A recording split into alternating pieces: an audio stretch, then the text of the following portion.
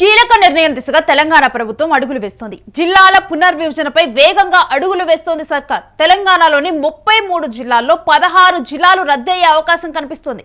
Parliament నియోజకవర్గాల ప్రాతిపదికన జిల్లాల క్రమబద్ధీకరణ జరిగే అవకాశం ఉంది.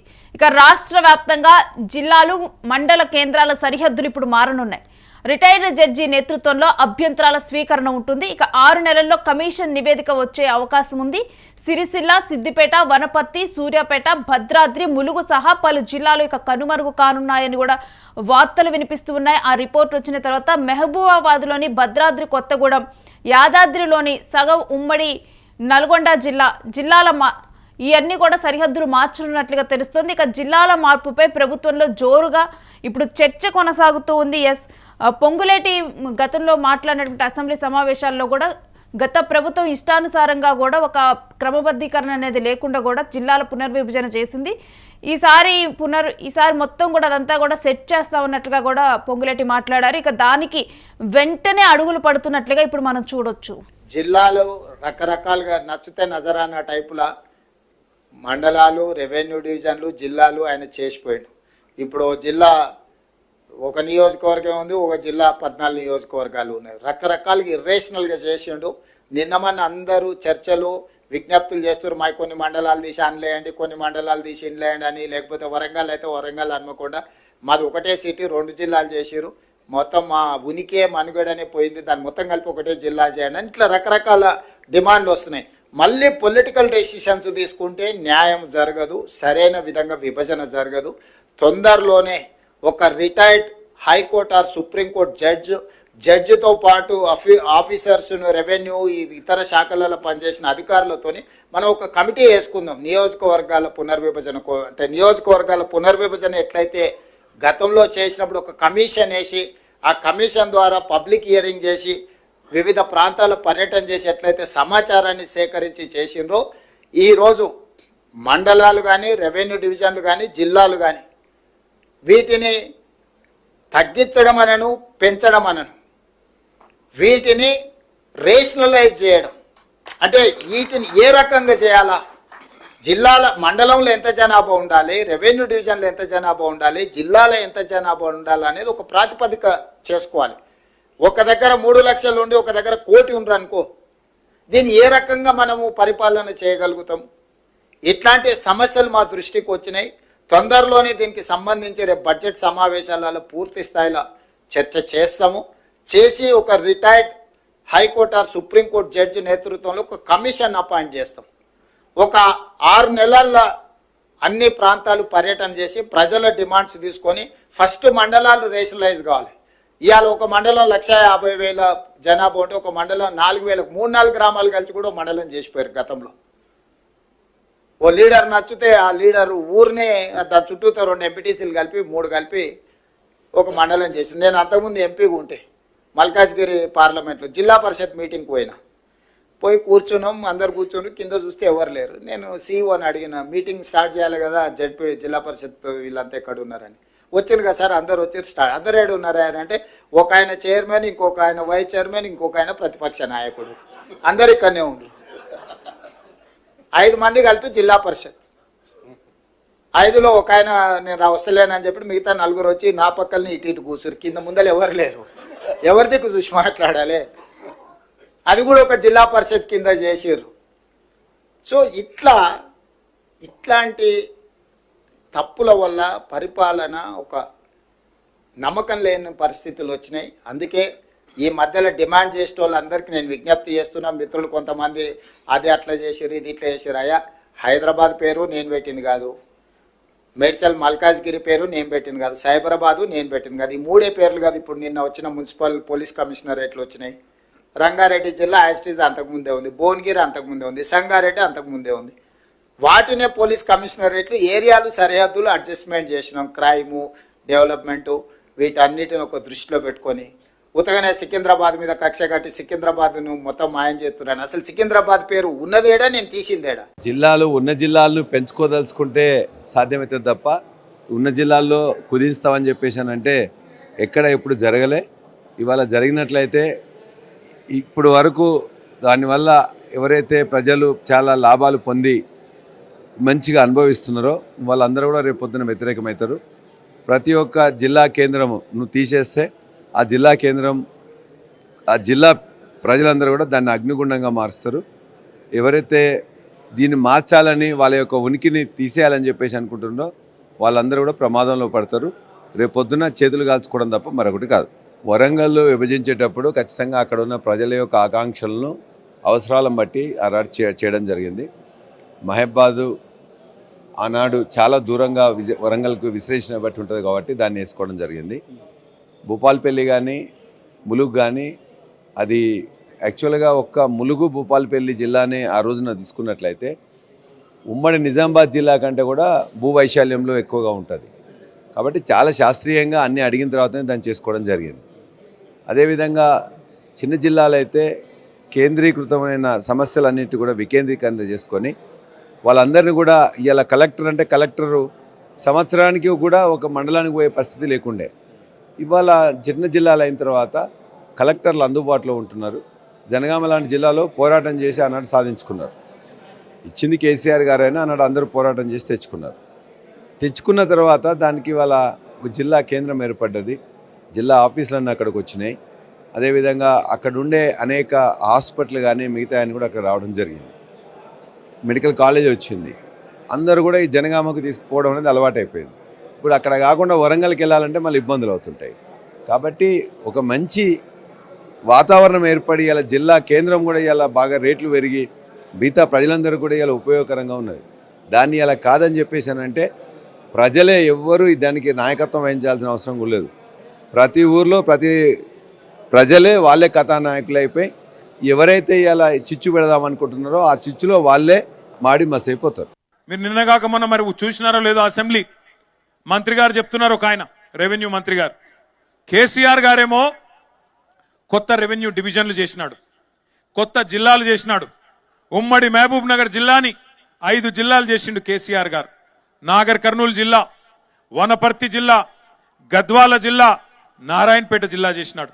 మీరందరూ నారాయణపేట వాళ్ళు, గద్వాలోళ్ళు, కొల్లాపూర్ వాళ్ళు, అచ్చంపేటోళ్ళు మీరు మహబూబ్ నగర్ దాకా వచ్చేది ఎందుకు? మీ దగ్గరికే కలెక్టర్ను, ఎస్పీని తీసుకొస్తా, జిల్లా అధికారులను మీ దగ్గర కూర్చోబెడతా, ఇంత దూరం మీరు వచ్చేది ఏందని చెప్పి ఎక్కడికక్కడ జిల్లాలు ఏర్పాటు చేసినాడు. కలెక్టర్లను మీ గడప ముంగట కూర్చోబెట్టినాడు. కొత్త రెవెన్యూ డివిజన్లు ఏర్పాటు చేసినారు, కొత్త మండలాలు ఏర్పాటు చేసినారు. ఈ జిల్లాలో ఉండే మా లంబాడ సోదరులు, మా గిరిజన సోదరులు మీ ఆకాంక్ష నెరవేరుస్తూ తాండాలను గ్రామ పంచాయతీలు చేసిండు కేసీఆర్. మరి ఇవాళ కాంగ్రెస్ ప్రభుత్వం ఏం చెప్తుందో తెలుసా? కేసీఆర్ తప్పు చేసిండు, తాండాలు గ్రామ పంచాయతీలు చేసేది కాకుండే, మహబూబ్ నగర్ జిల్లాను 5 ముక్కలు చేసేది కాకుండే, అందుకే వనపర్తి రద్దు చేస్తాం, నారాయణపేట రద్దు చేస్తాం, అట్లాగే గద్వాల జిల్లా కూడా రద్దు చేస్తామని చెప్పి నిన్నగాక మొన్న పొంగులేటి శ్రీనివాసరెడ్డి రెవెన్యూ మంత్రి గారు ప్రకటిస్తా ఉన్నాడు. శాస్త్రీయంగా చేయలేదు, వీటన్నిటిని తీసేస్తామంటున్నాడు. మరి తీసేస్తే నారాయణపేట లూకుంటారా? గద్వాలో లూకుంటారా? వనపర్తితో లూకుంటారా? ఆలోచించండి. కలెక్టర్లను మీ గడప దగ్గర తీసుకొచ్చి కేసీఆర్ కూర్చోబెడితే కాదు ఇవన్నీ ఎత్తేస్తాం అని చెప్పి అలా రేవంత్ రెడ్డి మాట్లాడుతుంటే చూస్తా ఊరుకుందామా? ఆలోచన చేయండి. నేను రేవంత్ రెడ్డి ప్రభుత్వాన్ని హెచ్చరిస్తా ఉన్నా, మీరు గద్వాల జిల్లా ముట్టినా, వనపర్తి జిల్లా ముట్టినా, నారాయణపేట జిల్లా ముట్టినా అక్కడ అగ్గి ఉట్టిచ్చే బాధ్యత బీఆర్ఎస్ తీసుకుంటది. అక్కడే ఉద్యమాలకు కూడా శ్రీకారం చుడతామని చెప్పి కూడా హెచ్చరిస్తా ఉన్నా. పిచ్చి పొరపాట్లు చేయకండి. నీకు అధికారం ఇచ్చింది నీ అడ్డమైన అబద్ధపు హామీలను చూసి మోసపోయి ప్రజలు అవకాశం ఇచ్చినారు. నీకు చేతనైతే ఇక ఇదే అంశానికి సంబంధించిన పూర్తి డీటెయిల్స్ మా ప్రతినిధి సతీష్ అందిస్తారు. సతీష్, జిల్లాల విభజన సాక్షిగా ఇప్పుడు తెలంగాణ రాజకీయం రాచుకుంటుంది, పూర్తి డీటెయిల్స్ ఏంటి? తెలంగాణలో ఏదైతే 2014 తర్వాత దాదాపు ఫస్ట్ 31 జిల్లాను తీసుకొచ్చారు. దాని తర్వాత మరో 2 జిల్లాలు, మొత్తం కూడా 33 జిల్లాలను ఏర్పాటు చేశారు. సో అవేవి ఏదైతే 10 జిల్లాల నుంచి దాదాపు 33 జిల్లాలు అయినాయి. ఆ జిల్లాలు ఏవి కూడా శాస్త్రీయంగా కాలేదు. సో ముఖ్యంగా అంటే కొంతమంది రాజకీయ నాయకుల కోసం, స్వలాభం కోసమే ఈ జిల్లాలను విభజించారు. సో వాళ్ళ నంబర్స్ కోసం ఈ జిల్లాలను విభజించారు. ముఖ్యంగా కేసీఆర్ కొన్ని జిల్లాల ఉనికిని పోడగొట్టడానికి ఆయనకు పేరు తెచ్చుకోవడానికి జిల్లాలను కూడా పెద్ద ఎత్తున రూపొందించిన పరిస్థితి ఉంది. సో ముఖ్యంగా మండలాలు ఒక జిల్లా నుంచి ఇంకొక జిల్లాకి మండలాలు పోయినాయి. సో ఆ మండలాలకు సంబంధించి రెవెన్యూ ఆఫీసులు ఒక జిల్లా నుంచి ఒక జిల్లాకు పోయినాయి. మొత్తం అశాస్త్రీయంగా ఉన్నాయి మొత్తం కూడా. సో దీనికి సంబంధించి మళ్ళీ నేను రిటైర్డ్ జడ్జితో సహా మొత్తం ఒక 6 నెలల గడువు తీసుకొని ఒక రిటైర్డ్ జడ్జి సిట్టింగ్ జడ్జితో ఒకటి ఏర్పాటు చేసి దాంతో పాటుగా పెద్ద ఎత్తున ప్రజలు ఏదైతే కోరుకుంటున్నారో ప్రజల సమస్యలు ఏమున్నాయి, ఆ జిల్లాలలో ప్రజల సమస్యలు ఏమున్నాయి, దానికి సంబంధించి జిల్లా తీసేస్తే మీకు ఏమి ఇబ్బందులు అయితే ఆ జిల్లాలకు సంబంధించి మొత్తం కూడా డాటా మేము తెప్పించుకొని మొత్తం శాస్త్రీయంగా చేస్తాము. దీనికి సంబంధించి మొత్తం ఉన్నతాధికారులు కలెక్టర్లు కావచ్చు, ఎంఆర్ఓలు కావచ్చు, ఎంపీడీఓలు కావచ్చు, లోకల్గా ఉన్నటువంటి ప్రజాప్రతినిధులు అన్ని పార్టీల నుంచి మేము ప్రజాప్రతినిధుల దగ్గర నుంచి కూడా మొత్తం వివరణలు తీసుకుంటాము. సో ప్రజల కోరకే ప్రజల శ్రేయస్సు కోరి సో ప్రజలు ఏది ఆదేశిస్తే ఆ జిల్లాలను కూడా మేము చేస్తామంటూ కూడా చెప్తా ఉన్నాయి. దాంతో పాటుగా ఏవైతే చిన్న జిల్లాలు ఉన్నాయో అటు జనాభాలో పరంగా విస్తీర్ణం పరంగా చిన్న జిల్లాలు ఉన్నాయో అవి తీసేయబోతారంటూ కూడా పెద్ద ఎత్తున వార్తలు వస్తున్నాయి. దాంట్లో భాగంగా ముఖ్యంగా ఏదైతే ఈ జిల్లాలకు సంబంధించి సిరిసిల్ల కావచ్చు, సిద్దిపేట కావచ్చు, వనపర్తి కావచ్చు, సూర్యాపేట, ములుగు, సో ఇట్లాంటి చిన్న జిల్లాలు మొత్తం కూడా భద్రాద్రి కొత్తగూడెం ఇట్లాంటి చిన్న జిల్లాలు మొత్తం కూడా తీసేయనున్నారు అన్నట్టు తెలుస్తూ ఉంది. దీనికి సంబంధించి ఇటు మహబూబాబాద్లో నారాయణపేట కావచ్చు, వనపర్తి కావచ్చు, సో ఈ జిల్లాలన్నీ కూడా తీసేస్తారు అనేది ఒక చర్చనీయాంశమైంది. ఒకవైపు శాస్త్రీయంగా చేస్తాము, గతంలో శాస్త్రీయంగా చేయలేరు, కొన్ని మండలాలు కూడా విడిపోయిన పరిస్థితులు ఉన్నాయి. సో ఇప్పుడు కొన్ని జిల్లాలను ఏదైతే ఆ జిల్లాకు అనుగుణంగా ఉంటుందో ఆ జిల్లాలతో పాటు ఇప్పుడున్నటువంటి పార్లమెంటు సెగ్మెంట్ ఏవైతే ఉన్నాయో 17 పార్లమెంట్ సెగ్మెంట్లు ఉన్నాయి. ఆ పార్లమెంటు సెగ్మెంట్ పరిధిలోకి తీసుకొని 17 జిల్లాలుగా నిర్ణయిస్తారు అనేది ఒక మొత్తం రాజకీయంగా అంటే రాజకీయంగా పెద్ద ఎత్తున మాటలు వినబడతా ఉన్నాయి. అంటే ఈ జిల్లాల తగ్గింపు అనేది ప్రజా అభిప్రాయ సేకరణ ద్వారా జరుగుతుందా ఏంటి? ముఖ్యంగా వాళ్ళు ఏదైతే రిటైర్డ్ జడ్జి తోటి ఒక నివేదిక తయారు చేస్తారో దాంట్లో మొత్తం తెలంగాణ రాష్ట్ర వ్యాప్తంగా 33 జిల్లాలకు తిరుగుతారు. కలెక్టర్లు, ఎంఆర్ఓలు, మండలకు సంబంధించిన ఎంఆర్ఓలు, వాళ్ళతో పాటుగా అధికారులు అందరూ కూడా దీంట్లో ఉంటారు. ప్రజల సేకరణలు తీసుకుంటారు. అభ్యంతరాలు ఒకవేళ కావాలంటే ఏంటి మొత్తం కూడా సేకరణలు తీసుకొని దాన్ని పరిగణలోకి తీసుకొని ఈ జిల్లాలన్నీ కూడా ఉంటాయని ఇప్పటికే రేవంత్ రెడ్డి చెప్పిన పరిస్థితులు ఉన్నాయి. కానీ అటు ఒకవైపు ప్రజల శ్రేయస్సు కోసమే చేస్తారా లేకపోతే మరి వీళ్ళ స్వలాభం కోసం వీళ్ళు చేస్తారా అన్నట్టు అటు కేటీఆర్ ఇప్పటికే మండిపడతా ఉన్నారు. ఏ జిల్లాను ముట్టుకున్నా తెలంగాణలో అగ్గి రాజేస్తానంటూ కూడా ఆయన ఇప్పటికే కౌంటర్ ఇచ్చిన దాఖలాలు కనబడతా ఉన్నాయి. ఏదేమైనప్పటికీ ఒక రిటైర్డ్ జడ్జి నేతృత్వంలో కూడా అభ్యంతరాల స్వీకరణ ఉన్నట్లు తెలుస్తోంది. పూర్తిగా కూడా ఈ కమిటీకి సంబంధించిన డీటెయిల్స్ ఏంటి? రిటైర్డ్ జడ్జిని ఇంకా వేయలేదు, అంటే ముఖ్యంగా రిటైర్డ్ జడ్జిని వేస్తామని చెప్పారు. దానికి సంబంధించి ఆయన పర్యటన ఏదైతే దావోస్ పర్యటన ఉంది, మున్సిపల్ ఎన్నికలు ఉన్నాయి, ఈ ఎన్నికల తర్వాత ఒక నిర్ణయానికి రానున్నారు. ఆ రిటైర్డ్ జడ్జితో సహా కొంతమంది సీనియర్ అధికారులందరినీ కూడా దాంట్లో ఆ కమిటీలో వేయనున్నారు. ఆ కమిటీ దాదాపు 6 నెలల పాటు ఈ మొత్తం కూడా సేకరిస్తుంది డాటాను. తెలంగాణ మొత్తం కూడా 33 జిల్లాల్లో ఉన్నటువంటి అభ్యంతరాలు, సో జిల్లా కావాలా లేకపోతే వద్దా అనే అభ్యంతరాలు అవన్నీ కూడా 6 నెలల పాటు సేకరించిన తర్వాత అవన్నీ కూడా ప్రభుత్వం దగ్గరకు వస్తాయి. ప్రభుత్వం దగ్గరకు వచ్చిన తర్వాత ప్రభుత్వం ఒక నిర్ణయానికి వస్తుంది. ఆ నిర్ణయం ప్రకారంగానే దాదాపు చిన్న జిల్లాలు ఏదైతే ఈ చిన్న జిల్లాలు ఉన్నాయో సిద్దిపేట కావచ్చు, సిరిసిల్ల కావచ్చు, గద్వాల్ కావచ్చు, నారాయణపేట కావచ్చు, వనపర్తి కావచ్చు, సూర్యాపేట కావచ్చు, ఇవన్నీ జిల్లాలను కూడా తీసేయనున్నారనేది ఒక మాట వినబడుతుంది. అంటే రెవెన్యూ డివిజన్కి ఏదైతే కొన్ని రెవెన్యూ డివిజన్కి దగ్గరున్న జిల్లాలు కూడా ఉన్నాయి, అవి ఆ రెవెన్యూ డివిజన్లు ఇప్పుడు సూర్యాపేటను తీసుకుంటే సూర్యాపేటని